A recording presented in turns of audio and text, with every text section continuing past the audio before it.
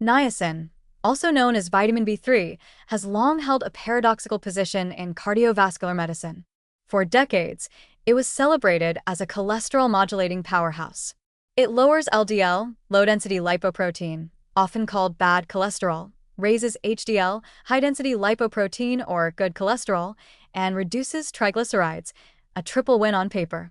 And yet, in clinical reality, niacin has repeatedly failed to deliver on its most important promise, reducing actual cardiovascular events like heart attacks, strokes, or mortality.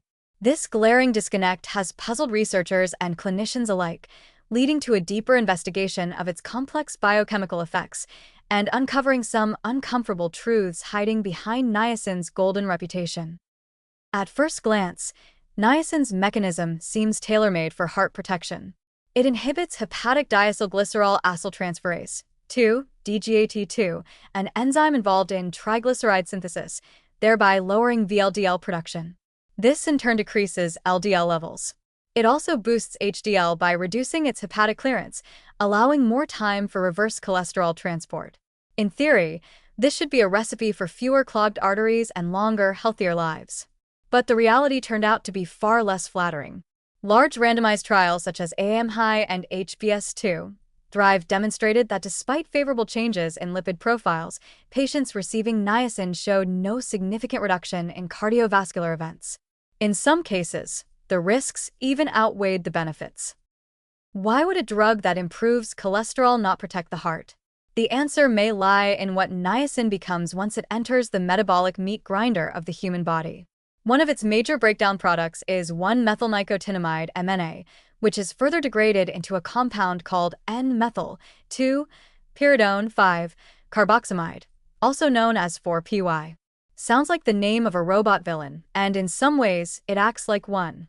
Elevated levels of 4-PY have been associated with endothelial dysfunction, oxidative stress, and pro-inflammatory signaling, the very biological mechanisms that drive atherosclerosis and cardiovascular disease. Instead of promoting vascular health, excess niacin metabolism may actually generate a subtle form of metabolic toxicity. It's as if you hired niacin to renovate your arteries, only to find out it also throws wild parties in your liver and leaves inflammatory trash in your bloodstream. In other words, while your cholesterol numbers improve on paper, your vascular system may be silently fuming under the influence of inflammatory metabolites. This may help explain why HDL cholesterol, once considered an unshakable marker of heart health, is increasingly seen as a poor surrogate for actual risk reduction when manipulated pharmaceutically. Simply raising HDL does not necessarily equate to improved HDL function, such as its anti-inflammatory, antioxidant, and cholesterol scavenging capacities. Niacin raises HDL quantity, but may impair its quality or functionality, particularly in a biochemical environment muddied by reactive niacin metabolites like 4-PY. There are also broader implications for how we view micronutrients with pharmacological ambitions.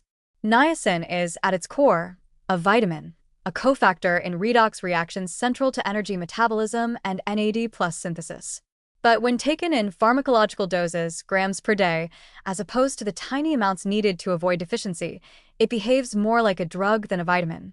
And like any drug, it comes with unintended consequences. High-dose niacin is notorious for causing intense flushing due to prostaglandin-mediated vasodilation, but it also carries risks of hepatotoxicity, insulin resistance, gastrointestinal distress, and hyperuricemia. These effects are not just side notes. They're part of the overall risk-benefit profile that undermines niacin's role as a cardiovascular savior. What's more revealing is how the niacin paradox reshapes our understanding of cardiovascular prevention altogether. It reminds us that fixing numbers is not the same as fixing disease. The human body doesn't read lab reports. It reacts to the full biochemical reality behind those numbers. Cholesterol management is just one part of a much larger puzzle that includes inflammation, endothelial health, metabolic balance, and immune regulation. A therapy that improves biomarkers but stirs up underlying inflammatory pathways may be, at best, neutral, and at worst, harmful. Ultimately, the niacin story is a sobering case study in the dangers of reductionism. It shows how focusing too narrowly on surrogate endpoints, like HDL and LDL levels, can mislead us about the true clinical benefit of an intervention. And it adds a cautionary note to the broader trend of using high-dose nutrients as therapeutic agents without fully understanding their metabolic aftershocks. Just because something is essential in small amounts doesn't mean it's harmless in large ones. In fact, the very pathways that make niacin vital at one dose may make it toxic at another. So yes, niacin lowers cholesterol, but that alone doesn't make it heart-friendly. If anything, it reminds us that cardiovascular disease isn't just about numbers. It's about nuanced biology, subtle balance, and the unexpected consequences that emerge when we try to push too hard on a single lever in a complex system.